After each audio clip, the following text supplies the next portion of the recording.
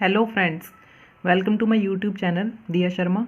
तो फ्रेंड्स, आज मैं आपको प्रॉफिट लॉस और कंपाउंड इंटरेस्ट के बारे में बताना चाहूँगी। इसके कुछ बेसिक्स बताऊँगी मैं आपको, जिससे इस पे बेस्ड क्वेश्चंस को सॉल्व करना आपके लिए इजी हो जाएगा।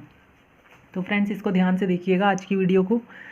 इसमें मैं आपको कुछ बेसिक चीज़ें बताऊंगी। तो सबसे पहले तो मैं आपको ये बताऊंगी कि हम जिन चीज़ों को जैसे फार्मूलाज यूज़ करते हैं, तो उसमें हम कुछ चीज़ों को उसके शॉर्टकट नेम से यूज़ करते हैं। तो उसके नेम मैं पहले आपको क्लियर कर देती हूँ, ताकि बीच में जब मैं यूज़ करूँगी तो आपको कोई प्रॉब्लम ना हो। तो सबसे पहले मार्क प्राइस,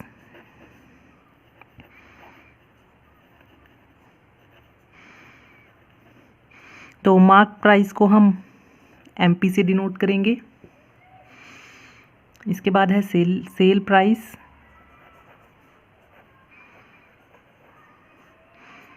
सेल प्राइस को हम एसपी से डिनोट करेंगे। उसके बाद है कॉस्ट प्राइस, कॉस्ट प्राइस को हम सीपी से डिनोट करेंगे। उसके बाद है अमाउंट, अमाउंट को हम ए से डिनोट करेंगे। प्रिंसिपल,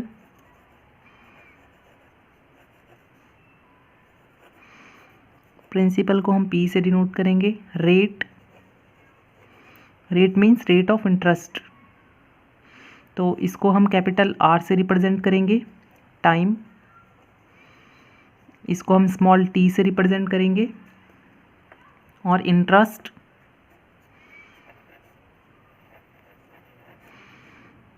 इसको हम आई से रिप्रेजेंट करेंगे। तो ये तो शॉर्ट फॉर्म्स हैं, जिन इनकी सबकी हम शॉर्ट फॉर्म्स लिखेंगे। अब ये होते क्या है मैं आपको वो भी बता देती हूँ। पहले सबसे पहले मार्क प्राइस। अब मार्क प्राइस क्या होता है? कोई भी चीज़ जब हम परचेज करते हैं तो उसके ऊपर एक प्रिंट रेट होता है, उसके ऊपर एक पहले से रेट लिखा होता है, उसको हम बोलते हैं मार्क प्राइस। वो ऑलरेडी उसके ऊपर मार्क होता है, उसको बोलते हैं मार्क प्राइस। सेल प्राइस, कोई चीज़ जब हम सेल करते हैं, कोई चीज़ हम किसी को देते हैं या फिर बेचते हैं, तो उसको हम कहते हैं सेल प्राइस, वो चीज़ हमने बेची है। कॉस्ट प्राइस, कोई चीज़ जब हम खरीदते हैं, बाय करते हैं, तो उसको बोलते हैं कॉस्ट प्राइस। अमाउंट तो टोटल अमाउंट जो होता ही है। प्रिंसिपल, ये आपको जब कंपाउंड इंटरेस्ट पढ़ाऊंगी तो इनके बारे में डिटेल में मैं आपको तब बताऊंगी। अब हम इसमें पढ़ेंगे पहले डिस्काउंट।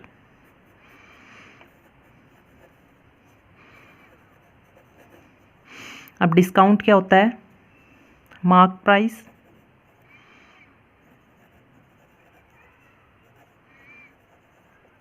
Minus sale price. तो डिस्काउंट क्या होता है? कोई भी चीज़ जब हम लेते हैं, अब डिस्काउंट तो सबको ही चाहिए होता है, सबको पसंद है डिस्काउंट। तो देखिए, जब कोई चीज़ हम लेते हैं तो मार्क प्राइस जो हमारा होता है, जो ऑलरेडी उसके ऊपर लिखा हुआ रेट होता है मार्क प्राइस, उसमें से हम सेलिंग प्राइस अगर माइनस कर दें तो हमारे पास डिस्काउंट आ जाएगा। सेलिंग प्राइस मीन्स जिस पे कोई चीज़ हमने सोल्ड की है। तो मार्क प्राइस, मार्क प्राइस मतलब जो लिखा हुआ है और जिस पे चीज़ सोल्ड की गई है, अगर माइनस कर दें तो हमारे पास डिस्काउंट आ जाएगा। डिस्काउंट जो होता है वो हमेशा मार्क प्राइस के ऊपर ही लगता है। जब हम परसेंटेज भी फाइंड करते हैं तो ध्यान रखना, डिस्काउंट जो है वो मार्क प्राइस के अकॉर्डिंग दिया जाता है। अगर मार्क प्राइस जैसे 500 है तो ये बोला जाता है कि इस पर 20% का डिस्काउंट है, तो आफ्टर 20% जो आएगा वो आपको देना पड़ेगा उसके लिए। तो ये तो डिस्काउंट हो गया। सीपी, नेक्स्ट है CP. CP means cost price. तो कॉस्ट प्राइस क्या होता है? बाइंग प्राइस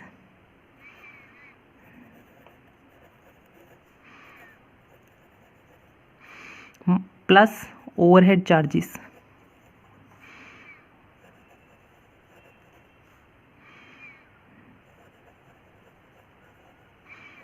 ओवरहेड चार्जेस कह लीजिए, ओवरहेड एक्सपेंसेस कह लीजिए।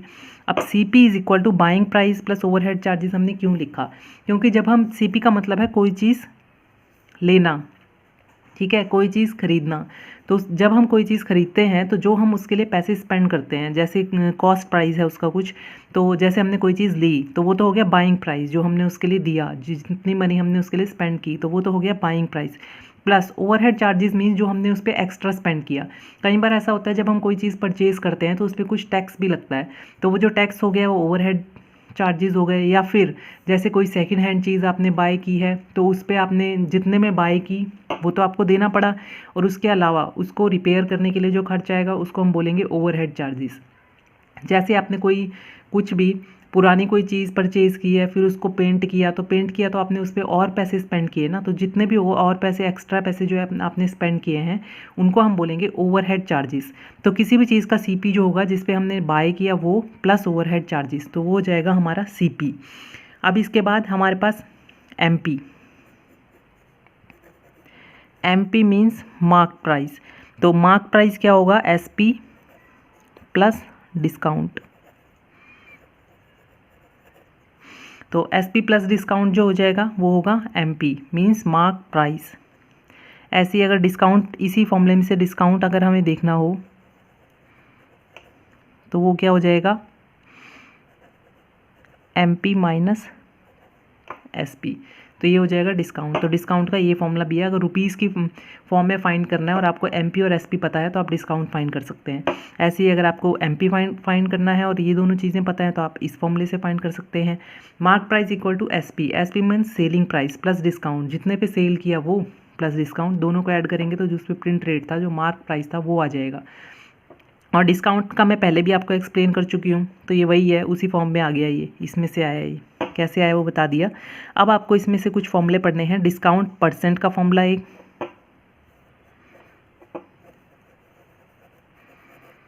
Discount percent. डिस्काउंट को परसेंट की फॉर्म में कैसे फाइंड करना है? जो आपको रुपीज़ की फॉर्म में डिस्काउंट पता होगा वो into 100 divided bye mark price. तो जो आपको रुपीज़ की फॉर्म में पता होगा वो इंटू 100, डिस्काउंट आपको अगर रुपीज़ की फॉर्म में पता है तो आप उसको इस फॉर्मूले से परसेंटेज की फॉर्म में भी फाइंड कर सकते हैं। Discount upon into 100 upon MP. अब नेक्स्ट है आपका, अगर आपको प्रॉफिट हो रहा है तो उस केस में क्या होगा? In case of profit,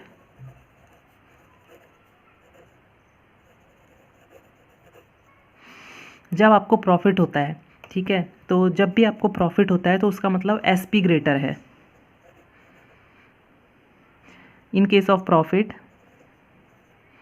SP is greater than CP. It means selling price is greater than cost price.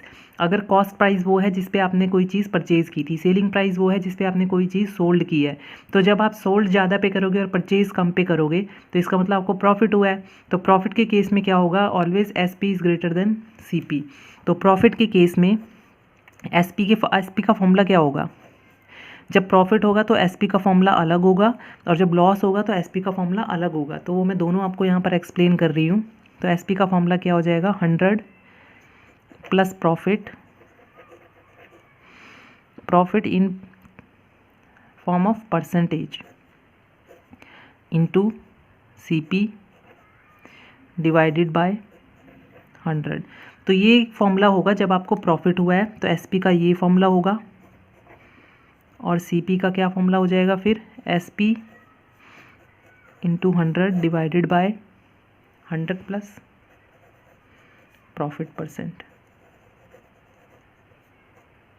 इस टाइप से। और इसमें थर्ड है आपका प्रॉफिट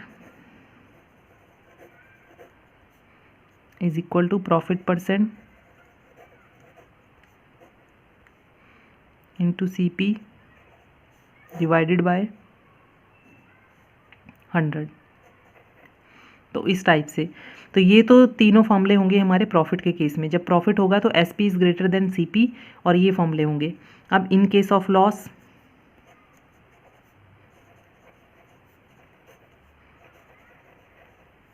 तो जब हमें लॉस होता है, इन केस ऑफ लॉस, तो जब लॉस होगा कहीं पर भी तो क्या होगा? CP is greater than SP. तो जब लॉस हुआ तो ऑब्वियसली कॉस्ट प्राइस ज़्यादा होगी, सेलिंग प्राइस कम होगा। हमने ख़रीदा ज़्यादा पे और सोल्ड कम पे किया है, तब हमें लॉस हुआ है। तो लॉस के केस में जो फॉर्मूलेज होंगे वो क्या हो जाएंगे? S P is equal to 100 minus loss percent into C P divided by 100।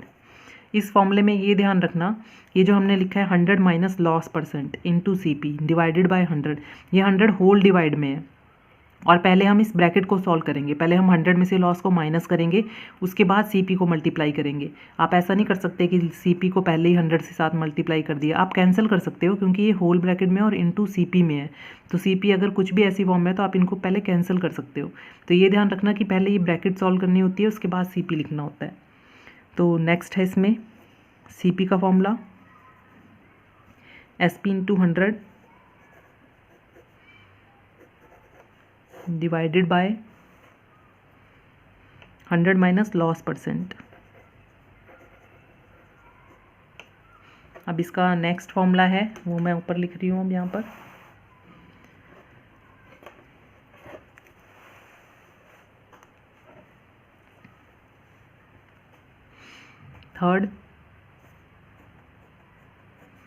Third है हमारा लॉस का formula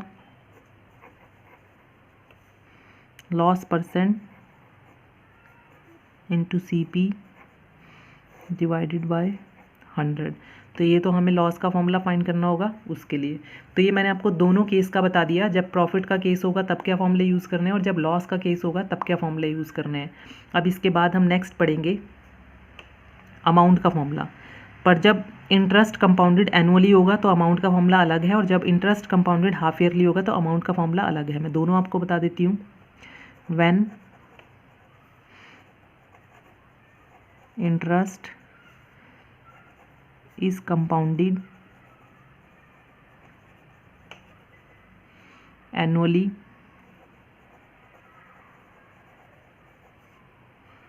when interest is compounded annually then amount is equal to principal 1 plus rate upon 100 whole power n। ये सारा कुछ मैं पहले ही explain कर चुकी हूँ इसलिए यहाँ पर नहीं लिख रही। A means amount, P means principal, R means rate of interest, N means time. Interest पे जो रेट लगता है, रेट ऑफ इंटरेस्ट मतलब वो हो गया। तो ऐसे ही when interest is compounded half yearly then, जब इंटरेस्ट कंपाउंडेड हाफ ईयरली है तो अमाउंट का फॉर्मूला क्या होगा 1 plus rate upon 200 whole power 2n। इस केस में रेट अपॉन 200 क्यों हुआ? क्योंकि रेट हो गया half. Rate will be half and time will be double।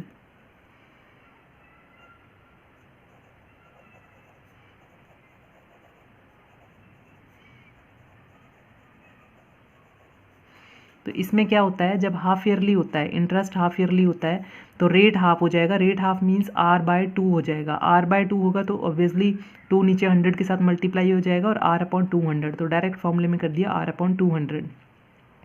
और टाइम जो होगा वो डबल हो जाएगा, मीन्स 2n। जो भी हमारा टाइम होगा, मान लीजिए टाइम 2 ईयर है तो 2 इंटू 2 करेंगे 4, टाइम 3 है तो 3 इंटू 2 करेंगे तो 6। इस टाइप से टाइम को हमें डबल करना है और रेट को हमें इसमें हाफ करना है।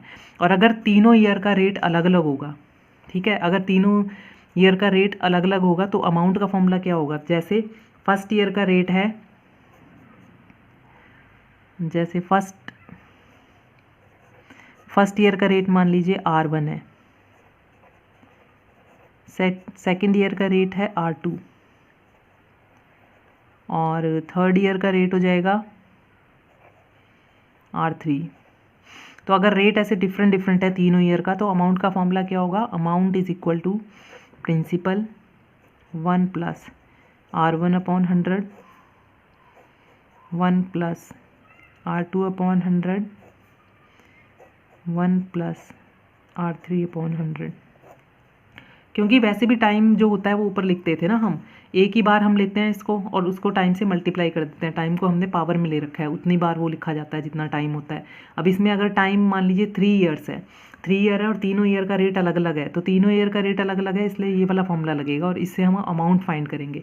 तो अब आपको ज़्यादा क्लियर तब होगा जब आप इस टाइप के क्वेश्चन सॉल्व करेंगे। तो ये तो मैंने फॉर्मूलेज बता दिए। जब भी आपको ये चैप्टर करना है एक बार आप इन फॉर्मूलेज को रीड कर लीजिए, तो आप ईजिली चैप्टर के सारे क्वेश्चंस को सॉल्व कर सकते हो। तो ये तो मैंने अभी आपको बेसिक बताया है। तो ये बेसिक हो गया प्रॉफिट लॉस और कंपाउंड इंटरेस्ट का। तो ये बेसिक अगर आपको पता है तो आप इजीली इस क्वेश्चंस को सॉल्व कर लोगे। तो ये फॉर्मूलेज आपको पता होने चाहिए। तो okay friends, that's enough for today. अगर ये वीडियो अच्छी लगी हो, फॉर्मूलेज आपको समझ में आ रहे हो, तो मेरी वीडियो को लाइक ज़रूर करें और चैनल को सब्सक्राइब करें। Okay, bye bye, take care, have a nice day.